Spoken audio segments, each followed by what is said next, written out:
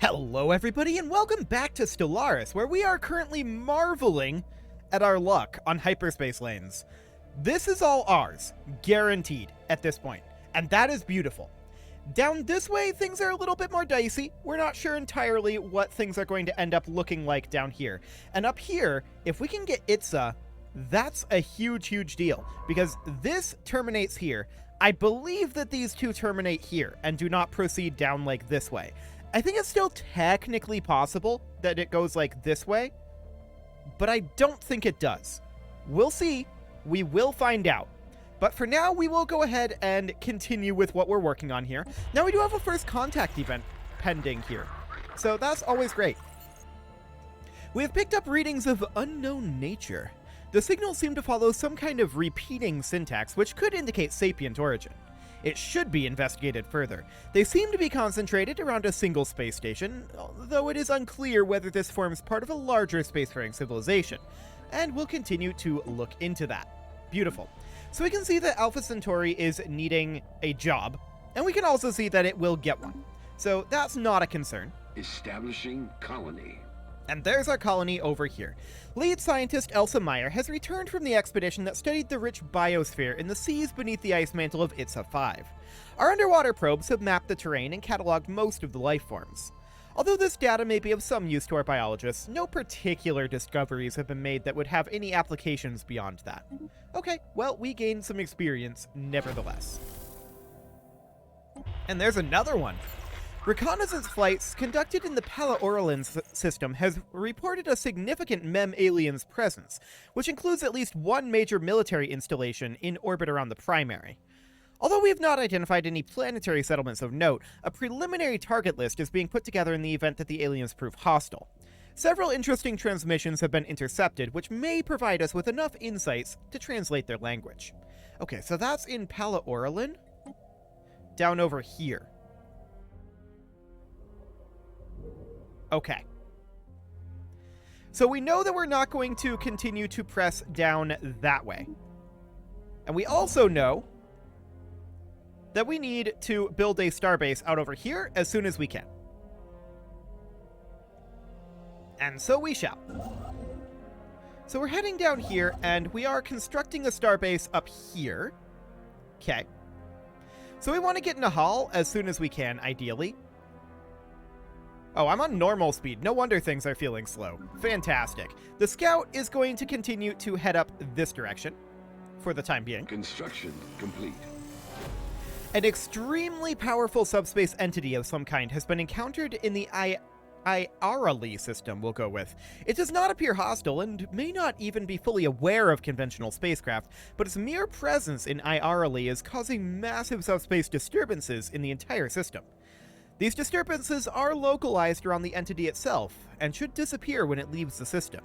While it does not acknowledge hails, the entity is continuously emitting a complex pattern of tachyon pulses, which appears to be a form of language. If our translation software is correct, it is saying, over and over, Vlur seeks, Vlur finds. Okay, that will interfere with ship systems. Where is that? Up over here is where Vlur is. Okay. Sounds good. We finished up our construction here, and we'll build mining stations. And of course, the Orinoco is going to build a starbase in Charna, which will guarantee that we have control over all of this. And then we're going to head to Caus Borealis, ideally Nahal, but we'll see. After successfully translating their language, we've established communications with the independent space station of the Artisan Troop. Let's see if they want to talk. Our presence in the galaxy has not gone by unnoticed. Beautiful. A visitor! This is a joyous occasion indeed. Oh, forgive my manners. I believe introductions are in order. We are the Artisan Troop. Our members have dedicated their lives to the pursuit of art, music, culture, and all the other things which makes existence bearable to a sapient being. Please, if you'd like to share in the wonder of our creations, do not hesitate to contact us. Interesting. Okay. We also finished up an archaeological site. Or we're continuing an archaeological site, actually. The excavation has hit delays as the dig site becomes increasingly toxic the deeper we go. Parts of the shaft are dangerously irradiated, possibly by the catastrophic event that dug out the crater in the first place. The need for protective countermeasures and decontamination apparatus is slowing progress on the work. Well, we'll keep digging. Okay. So we got another faction, the Xeno Reform Party, led by no one in particular. And we also got ourselves a tradition, so that's great. Empire size, starbase upkeep, and new colonies starting with an additional pop. I think we're going to go for the empire size reduction because that will reduce our technology cost. Not by much, but that will reduce our technology cost. Yeah, that reduces it down by 2%. It's not a huge amount, but as we expand, that will be more and more valuable later on. So that'll be great. Cool. So we're going to come down and start surveying this direction to see what we can find. And we'll build that starbase in Charna. As soon as we're done here, we will move up to Iarali. I'm not sure if we're going to build the starbase there just yet. We'll see. Prioritizing coming down to Nahal seems like a good thing to me. So we'll finish up our starbase here in Charna. Construction there we go. Complete. Ah, we see an L gate down here. Fascinating. We'll build our mining station here, and then we'll head out over this direction. Okay. So that mining station will be done in a while. We'll go ahead and grab this, I think. Survey complete. Yeah, we'll go ahead and grab this one in Iarali. That'll be fine. And from here, we can go this direction or this direction. We're going to head here and see what additional information we get. Cool.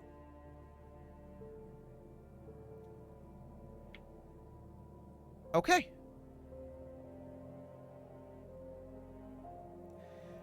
Let's check in on our worlds. Not a lot going on here right now. We're getting our gene clinics finished up in quite a number of locations. That's all good. And as soon as we're done here, we are going to, of course, build in Egelrarvis. Founded. Cool. Anastasia Prime has been founded. So we are going to put in our gene clinic here.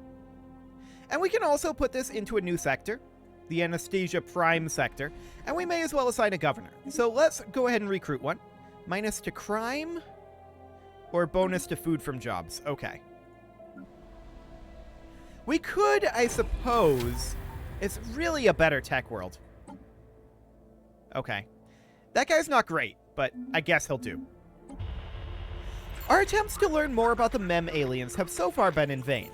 While we were able to easily ascertain that they form part of a technologically advanced alien civilization, further facts have proven elusive as they seem to be going to considerable effort to prevent us and any other eavesdroppers from intercepting any signals from them.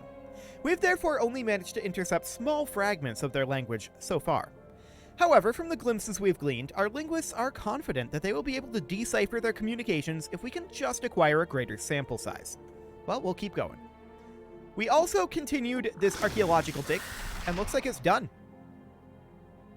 Upon finally touching down at the bottom of the crater, a mind-boggling discovery was made. Giant twisted shards of some hardened, calcified organic material were found among the rubble. Thousands of them. Some were a few meters across, some the size of an orbital shuttle. As astonishing as it sounds, it now seems clear that the shards are the remnants of some enormous hatched egg. Based on the size and number of shell fragments, the egg must have been hundreds of meters across. Deep in the bedrock of Euchromia 6, some tremendous creature hatched, and then proceeded to dig its way up to the surface, trailing deadly radiation in its wake. If it could do this as a newborn... Whatever it was, it's gone now, leaving no trace behind but pieces of eggshell and a yawning hole in the earth. Intriguing. So we get the xenology research and 10% progress on that. This science ship is now not doing anything. We are going to take that over to Uproth first, and we'll research the projects there, and then we'll head over to Seoberg and research the projects there. Cool. We also have another archaeological dig in Iarali that we can do, and we'll build our mining stations out here as well. Cool. Okay. So this seems reasonably fine. Anomaly detected. We briefly detected some unusual energy readings emanating from this planet. Might have been a glitch in our systems, or it could be a sign of something more, and we'll look into it. So the question I have now, yes, we know for a fact that this connects over here.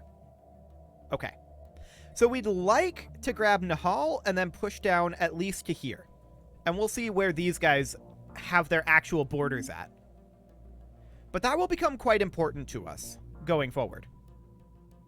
So we're building our gene clinics here, and that's all great. While approaching Hemcad 2, the UES Santa Maria suddenly received a glancing hit by several passing mass driver rounds.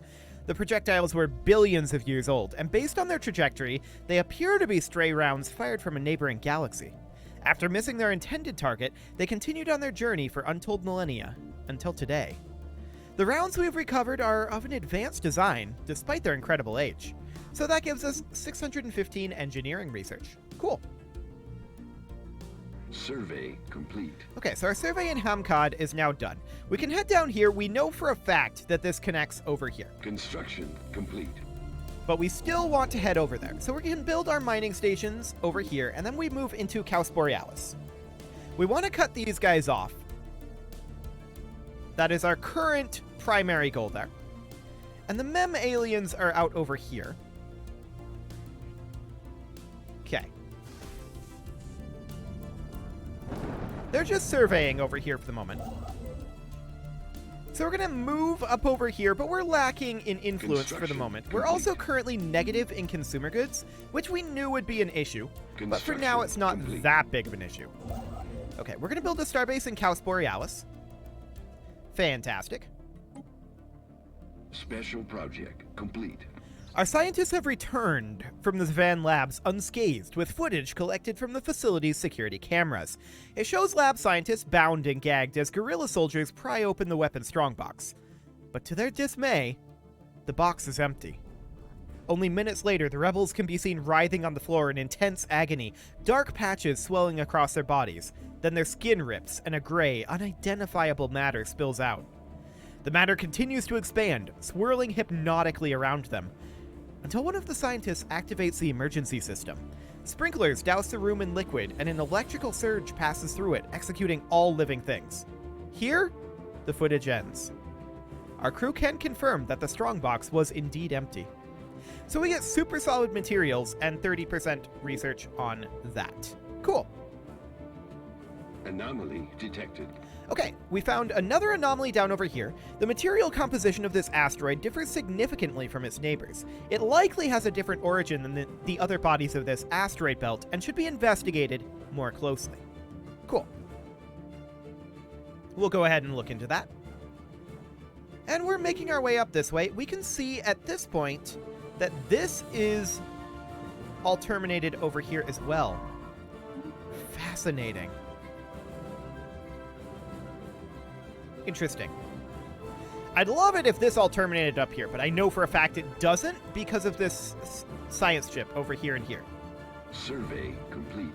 The UES Santa Maria crew report that what first appeared to our scanners as an asteroid is in fact a gigantic floating ball of junk. Comprised of the broken remains of various vehicles, rockets, and hazardous materials, many of them radioactive, the junk ball seems to be the detritus of an unknown alien nation in the early space age. It would appear that this nation was an interstellar litterer, ejecting dangerous industrial waste into orbit rather than disposing of it planetside. Radiometric dating suggests that these remains are millions of years old and have been floating through space from an unknown point of origin for most of that time. Science Officer Clay McKenzie notes that some of the materials found on this floating junk heap are quite rare and could be refined into useful resources. Okay, cool, we get an alloy out of that. Okay, we're going to move on over this way.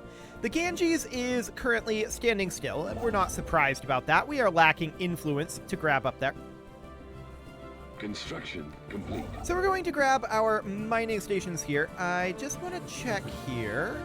1, 2, 3, 4, 5, 6, 7. Okay, good to know. Very good to know. Was just checking the trade range here. Special project complete. The crew of the UES Galileo were initially certain they had made a triangulation mistake when deducing the coordinates of the supposed bowel in the Sjoberg system, having found nothing but asteroids where they expected a life-bearing planet. However, closer study... The Mem aliens came through this wormhole?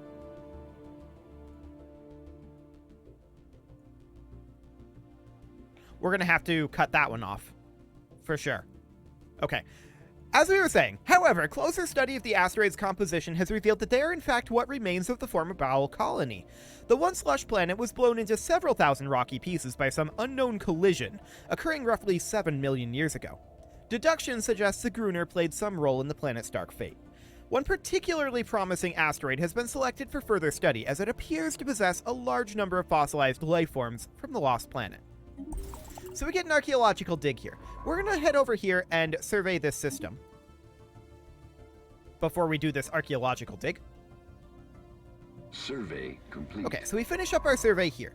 I want to head this direction at this point. We know there's people out over here, so that'll be fine. And yeah, we can see this all terminates out over this way, so we want to survey this direction.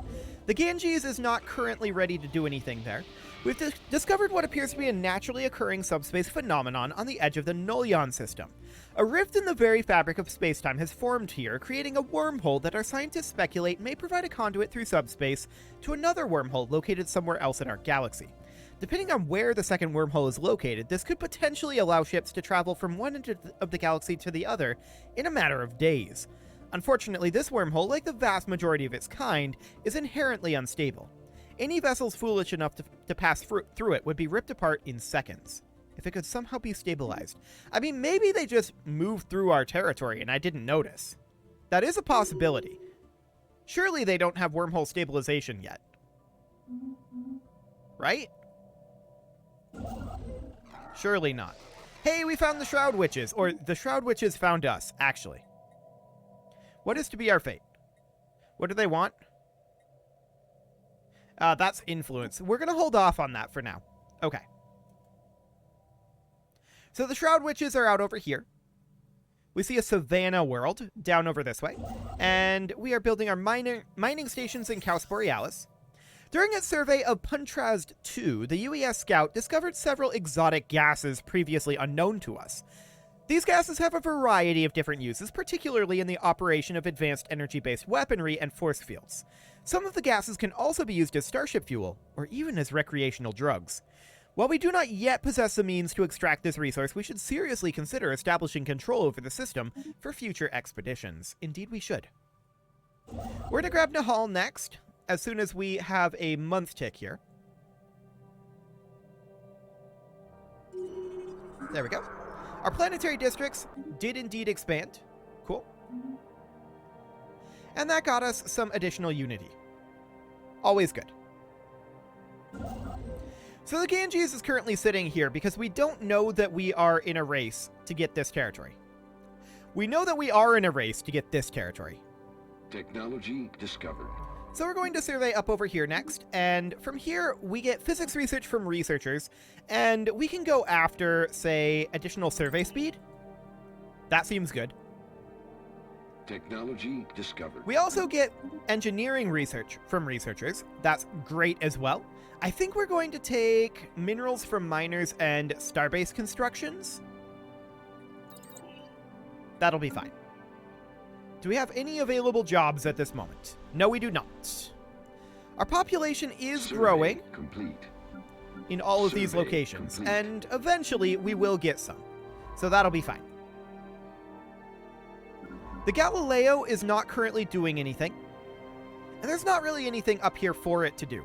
We're going to go back and excavate our research site in Sjoberg. Cool. They're surveying up over here, but they're really not going to be able to get it, so that's fine. Glowing webs of an unknown origin periodically illuminate the surface of Puntrast 9A. We'll go ahead and research that one. That's a nice and quick one. Cool.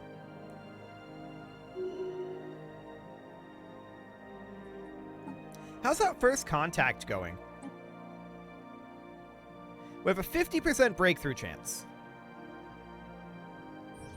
Okay.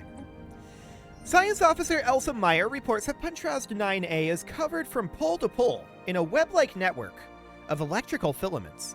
These networks respond to external stimuli. The UES Scout experimented with sending a low-voltage pulse to the surface, which resulted in a wave of illumination that rippled through the network like a circuit board. Even more remarkably, the webs rearranged themselves. A second, low-voltage pulse revealed that the filaments had been organized into a new pattern, centered around where the previous pulse had contacted the surface of Puntrast 9A. Elsa Meyer concludes that this discovery confirms her long-held theory, that life can exist as almost purely electrical impulses, independent of cellular or viral structures. Okay. Elsa Meyer gets a level up and +3 society research up here. Construction complete. So we're going to build a mining station here, and we know that they've already claimed Palaorolin, so there's no point going there. We're going to move to Aswiria after. Hey, communications established! Our efforts to decipher the signals picked up from the MEM aliens have paid off, and we have finally made a breakthrough. While our mastery of their language may not be complete, we have managed to successfully open diplomatic channels with the civilization we now know to be the Vor technocracy. So that gives us a bunch of influence. That's great. An alien empire is They are making erudite explorers. They're authoritarian fanatic miracleists. Miracleists? Yeah, they do technological miracles, I guess. We are the Vor technocracy, minions of the wise chief scientific officer Vex Kaifa. Our aim is to improve ourselves through the use of technology, and whether you agree with these goals or not, we trust you will remain amicable neighbors. Yeah, as long as you guys are willing to become voters, absolutely.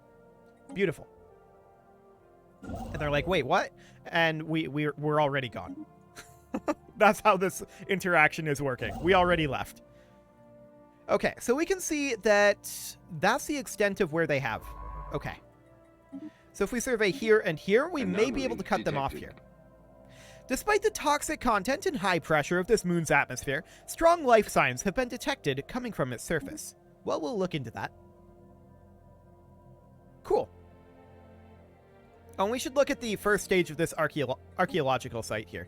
The tragic remains of a former bowel colony, this asteroid nevertheless contains a rich trove of fossils begging for excavation. Our archaeologists hope to discover more about the history of the mysterious bowel and the Gruner's suspected role in the planet's dark fate. The life signs observed within the toxic atmosphere of Puntrast 4A are giant semi-organic machines. This alien industry seems to have been the cause of the noxious atmosphere on the planet, yet it's still operational. No other life signs remain on the world, and the creators of these machines must have left them running.